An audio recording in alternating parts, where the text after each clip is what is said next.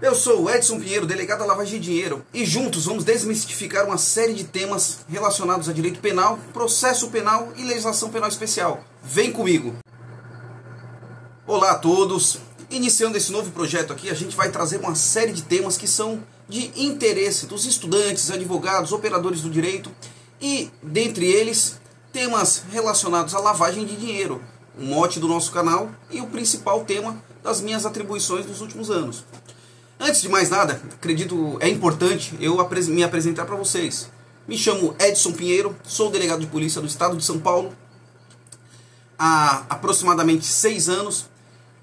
Instituição essa na qual desenvolvi uma série de atribuições relacionadas a investigações criminais. Investigações sobre organizações criminosas, investigações de corrupção, crimes licitatórios, além de ter sido titular de Delegacia de Investigações Gerais, titular de Delegacia de Investigações sobre Entorpecentes, né, Delegacia sobre Drogas, e ter sido o responsável pela estruturação do setor de combate à corrupção e crimes de lavagem de dinheiro e crime organizado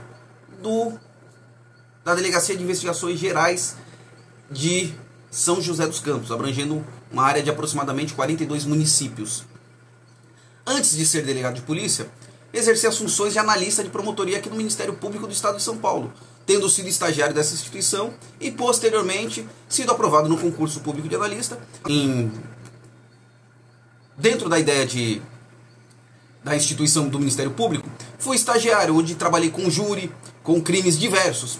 E, posteriormente, tive a sorte de atuar numa promotoria de justiça do consumidor da capital, que trata de diversos temas relacionados às relações de consumo, mas que, dada a sua atribuição legal, né, prevista lá no artigo 93 seguintes do CDC, essa atuação ela encontrava um amparo, essa atuação ela tinha uma repercussão nacional, né? Então todas as ações que ali tramitavam ela tinha um alcance muito amplo, e os temas tratados ali eram também muito interessantes. Nessa Promotoria de Justiça do Consumidor, eu tive a possibilidade de conhecer o termo de compromisso de ajustamento de conduta, inquérito civil e ação civil pública. Ali onde que essa situação me obrigou a ter conhecimento de diversas outras matérias, né?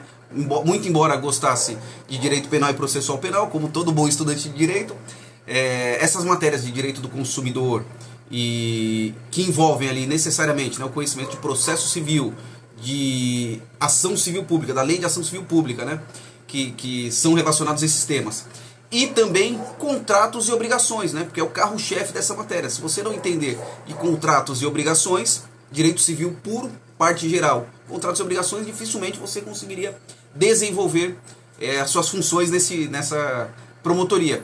E por isso fui obrigado, por motivo imperioso, né, uma necessidade do trabalho, a aprender sobre esse tema.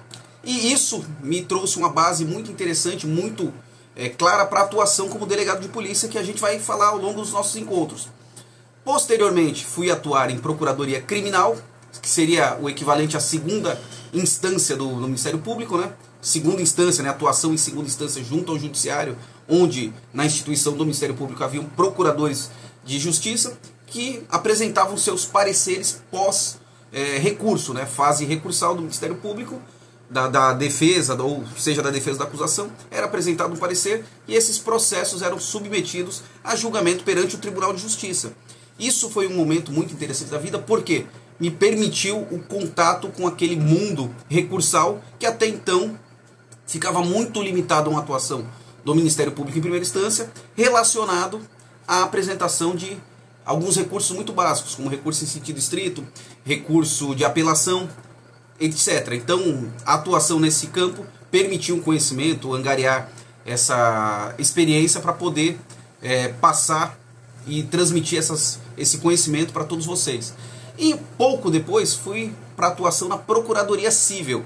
Olha que louco, né? Então, um penalista, um cara que gosta de direito penal, de processo penal, ele foi atuar numa Procuradoria Civil, que é a mesma ideia, né? Um segundo grau do Ministério Público, né? Atuação perante os tribunais de justiça e tribunais superiores, STJ e STF, né? Então, naquele local tive a possibilidade de tomar conhecimento do funcionamento das estruturas de apresentação de recursos especiais e extraordinários para o STJ e STF, respectivamente, o que me permitiu ter um conhecimento dessa estrutura e desse funcionamento dos órgãos das cortes superiores na prática.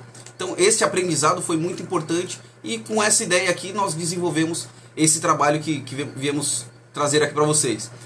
Posteriormente, me tornei delegado de polícia, né? No ano de 2017, ingressei na instituição policial civil, onde obtive, após uma curta atuação num plantão policial, fui convidado para assumir o Centro de Inteligência Policial aqui de toda a região do Litoral Norte, né? Englobando toda essa costa que vai do Rio de Janeiro até aproximadamente ali o município de Bertioga, né? Então, uma área muito extensa, e eu fui o responsável por coordenar toda a inteligência policial dessa região. Posteriormente, fui convidado a assumir a titularidade de uma delegacia. O que significa ser titular de uma delegacia? Significa que você é o responsável por aquela delegacia e responsável pela condução das investigações daquela unidade policial. E era uma delegacia especializada, né? O que significa isso? Significa que as ações, as operações, investigações mais complexas que abrangiam mais de uma área territorial, mais de um município, estruturas mais complexas de investigação, ficavam a cargo dessa unidade. E concomitantemente também assumia a titularidade da Delegacia de Investigações sobre entorpecentes, sobre drogas no geral, na mesma circunscrição, o que permitiu um conhecimento, né, um aprofundamento da legislação sobre drogas. Pouco depois, houve um novo convite e assumi as funções de delegado responsável, né, pelo setor de combate aos crimes de corrupção, crime organizado e lavagem de dinheiro. É a matéria que eu sempre tive afinidade, que eu sempre gostei, e a minha atuação sempre se pautou no desenvolvimento dessa matéria. Eu sempre achei muito interessante. E ali eu tive a possibilidade de, junto com uma equipe muito boa de trabalho, desenvolver alguns protocolos, uns procedimentos de investigação e dar início a algumas investigações de relevância, de relevo aqui no estado de São Paulo. Esse aprendizado foi muito interessante porque me permitiu o conhecimento prático de diversos institutos, né, o desenvolvimento daqueles diversos institutos de direito processual penal. Vocês ouvem falar muito, acompanham, a interceptação telefônica, a interceptação telemática, a realização de atos de investigação, escuta ambiental. Então são temas ali que têm uma relação direta com o direito penal, e isso já vinha desenvolvendo em outros trabalhos nas unidades anteriores, e nessa unidade de lavagem de dinheiro houve uma ampliação dos horizontes e lidei com muito mais ênfase em quebras de sigilo fiscal, sigilo bancário, relação com outros órgãos, né, órgãos de fiscalização, Tribunal de Contas do Estado, COAF, né, que é o Conselho de Administração Financeira aqui do país, vinculado ao Ministério da Justiça, fora a série de desenvolvimento, de aperfeiçoamento, né, no conhecimento, matérias, cursos, etc., né, relações com autoridades de outros países, né, cooperação internacional. Então todo esse trabalho acabou sendo desenvolvido aqui ao longo desses anos. E colaboração premiada, que é um tema aqui muito presente na Lei de Organizações Criminosas, que nós vamos tratar aqui posteriormente. Então toda essa experiência, essas possibilidades me permitiram desenvolver esse trabalho aqui que a gente inicia. Nesse período também, não posso deixar de falar que é muito importante, foi o desenvolvimento das atividades de professor universitário. Sou professor nas matérias de direito penal, processo penal, prática processual penal e também em legislação penal especial. Então toda essa atuação ela está vinculada aos ramos do direito penal e processual penal, porque são os ramos de atuação que mais gosto de atuar. Mas isso não impede que busquemos conhecimento de outros temas que eu vou trazer aqui para vocês. Então nossa atuação aqui ela vai estar muito vinculada a direito empresarial, direito comercial, documentos relacionados aos negócios, direito do consumidor, a colaboração premiada mesmo, né, que é um aperfeiçoamento ali, a gente pode falar dos termos de compromisso de ajustamento de conduta, dos acordos de leniência da legislação antitrust. Então são uma série de temas que se interrelacionam.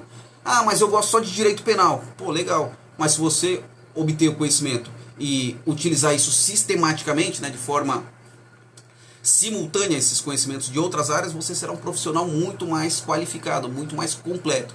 Então essa busca pelo conhecimento é sempre interessante. O conhecimento de outras áreas auxilia em muito o profissional do direito no desenvolvimento da sua atuação. E esse trabalho aqui que nós fomos desenvolvendo ao longo dos tempos acarretou aqui nessa ideia que nós estamos trazendo para este canal de divulgação de conhecimento. A finalidade do nosso canal aqui, o que a gente vai tratar? Trataremos de uma série de assuntos relacionados ao direito penal e processual penal, mas que sempre apresentam ali algumas confusões, alguns mitos, alguma falta de técnica, né? Então vamos trabalhar essas atecnias e apresentar isso para vocês, seja como forma técnica, né? Como uma forma aprofundada do relacionamento, do conhecimento, e também vamos trazer ali ponderações, análises. Teremos ali alguns episódios de análises de sentenças judiciais, demonstrando a ocorrência de falhas, de erros, de ausência de atenção, de atecnias. Pessoal, os erros são muito grandes, são crassos na área jurídica. Vocês imaginem que no universo de aproximadamente 70, 80 milhões de processos que estão em curso no nosso país, a série de erros, a quantidade de erros que é possível se extrair dessas decisões. E daí ingressaremos no nosso foco principal desse início aqui, que será análise recursal.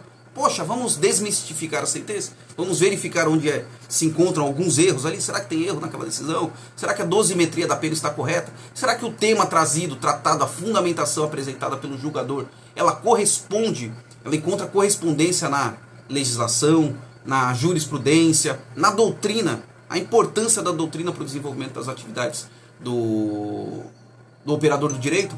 Então esse é o escopo do nosso canal, essa finalidade que nós temos, e apresentar para vocês ali de forma técnica e de forma prática esses institutos do direito aqui que são muito importantes para aquele que vai lidar ou lida diariamente com essa matéria. Poxa, como funciona a interceptação telefônica? Como funciona a investigação, a colheita de provas telemáticas?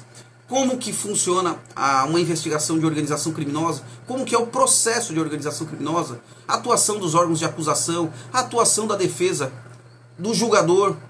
Isso são elementos que vocês vão buscar essa base lá na parte geral do direito penal, no Código de Processo Penal e nessa legislação penal especial, que é muito importante. E muitas dessas matérias buscam seu embasamento em legislações fora da área penal e da área processual penal. Então daí a importância desse conhecimento multifacetário. Buscaremos isso e traremos esse desenvolvimento de ideias junto com vocês aqui semanalmente.